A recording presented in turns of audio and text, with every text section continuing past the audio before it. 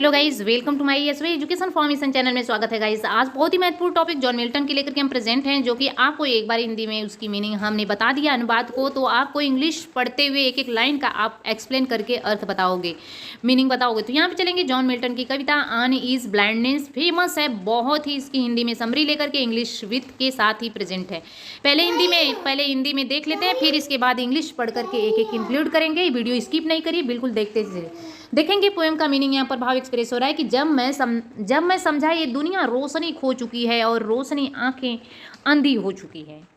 ये दुनिया रोशनी खो चुकी है और आंखें क्या है मेरी, बिल्कुल ब्लेंड हो चुकी है, अंधी हो चुकी है। फिर भी आधी जिंदगी और काटनी है और इस अंधेरे बड़े संसार को काटना है। तो आपको पता ही हो कि जो है जॉन मिल्टन ब्लेंड हो चुके थे। बहुत सारी उनकी रचनाएं उनकी बेटी ने लिखी थी। तो अब उनके कहे पर अब देखेंगे, आज जब कर्म ही पूजा है, मैं जानता हूँ आत्मा को मालिक की सेवा के और काबिल मानता हूँ। पर वो कैसे कह सकता है कि सुंदर अक्षरों के लिए जब खुद ही बुझाए हैं मेरी आँखों के दिए। मैं आसमान पर चिलचिलाकर पूछना चाहता हूँ कि पर धैर्य मेरी भुनभुनाहट का गला रेत देता है। हड़बड़ाया सा जवाब देता है, वो है ईश्वर। इंसान क्या ही उसकी इच्छा पुराएगा, उसका मन उपहारों से लुभाएगा। जो भी है गाइस, जो भी बैलों सी लगाम मुंह में डाले नथता जाता है, वही उस स्वार्गिक सत्ता वाले की सेवा कर पाता है। कहता है कि उसका एक आदेश पाते ही हजारों दौड़ जाते हैं। जमीन और सागरों के पार यूं ही वे उसकी सेवा करते हैं, जो लगड़े होकर भी खड़े रहते हैं और करते हैं इंतजार। और जिसे मौत ही न छीन सकती है मेरा वो फन, अब यूं फालतू है जैसे गरीब का यौवन। फिर सोचता हूँ आज वो मुझे नकार देगा, सेवा न कर पाने पर फटकार देगा। तो गाइस, ये रहा ओरिजिनल पोएम को इंक्लूड करके आपको मैं बताने वाली हूँ कि when I consider how many light is spend यन how my days in this dark world and विड।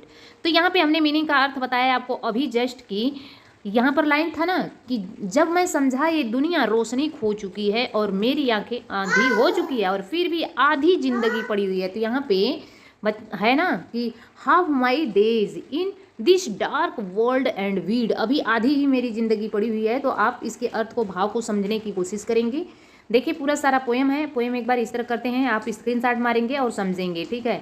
आगे वाली लाइन देखेंगे, यहाँ पर भी पोएम है, यही पोएम है और इसके अर्थ को, भाव को आप समझिएगा। जॉन मिल्टन के बारे में हम बात कर रहे हैं कि इनकी ही पोएम है। इनका वर्क कब हुआ था? 1608 से लेकर के 78 की इनकी लाइफ रही। और ये जो अंग्रेजी कविता थे, अंग्रेजी के क्लासिक कवियों में इनका नाम लिया जाता है। मिल्टन की आंखों की रोशनी उनकी उम्र के 42वें साल में पूरी तरह से चली गई थी। और उसके बाद मिल्टन ने इसी घटना पर एक ग्रंथ लिखा जिसका नाम है पैराडाइज लॉस्ट, जिस पर हम इस पर भी वीडियो आपको बना के देंगे। इसका समरी पर भी बहुत डिटेल से बनाएंगे क्योंकि एग्जाम में बहुत पूछे जाते हैं। यह उनका सबसे चर्चित ग्रंथ भी थी। प्रस्तुत कविता उसकी सबसे चर्चित कविताओं में से एक है और इस कविता को अंग्रेजी की क्लासिक महान कविताओं में स्थान प्राप्त है, ठीक, जो ने हम आज इंक्लूड किया। यह कविता पहली बार मैंने 11वीं में पढ़ी थी। तब मुझे बताया गया था कि मिल्टन कविता के आखिरी में ईश्वर में अपना विश्वास प्रकट कर रहा है।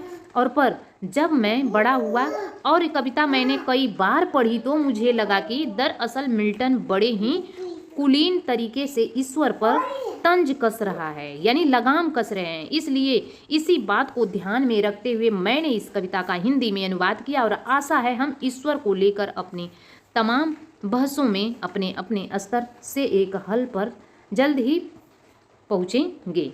तो गाइज, आई होप कि आपको अच्छा मिला होगा, इसका मीनिंग और समझ में आया होगा। Thanks for watching.